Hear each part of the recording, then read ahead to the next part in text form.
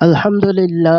ভাই ও বোনেরা, আজকে এক খুব গুরুত্বপূর্ণ কথা বলবো। আমাদের নামাজকে ছাড়বো না, কিন্তু একটা কথা বলতে হয়, নামাজের সাথে সাথে চপ্পলও সেফ রাখা দরকার হয়ে যায়।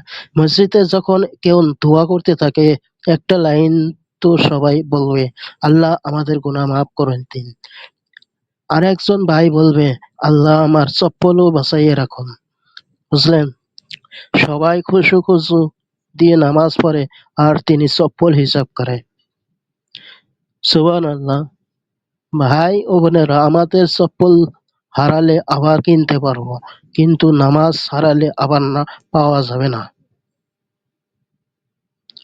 চপ্পলকে যদি এত ভালোবাসি, তাহলে নামাজকে কত ভালোবাসার কথা।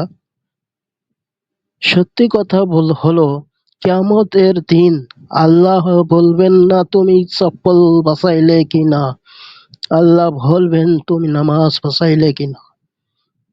সো ভাই ও বোনেরা, নামাজকে ভালো করে ধরে দোয়া করতে করতে চপ্পলের কথা থাকলে থাকুক, কিন্তু সবার আগে বলো, ইয়া আল্লাহ আমাদের গুনাহ মাফ করে দিন, আমাদের নামাজ কবুল করে দিন।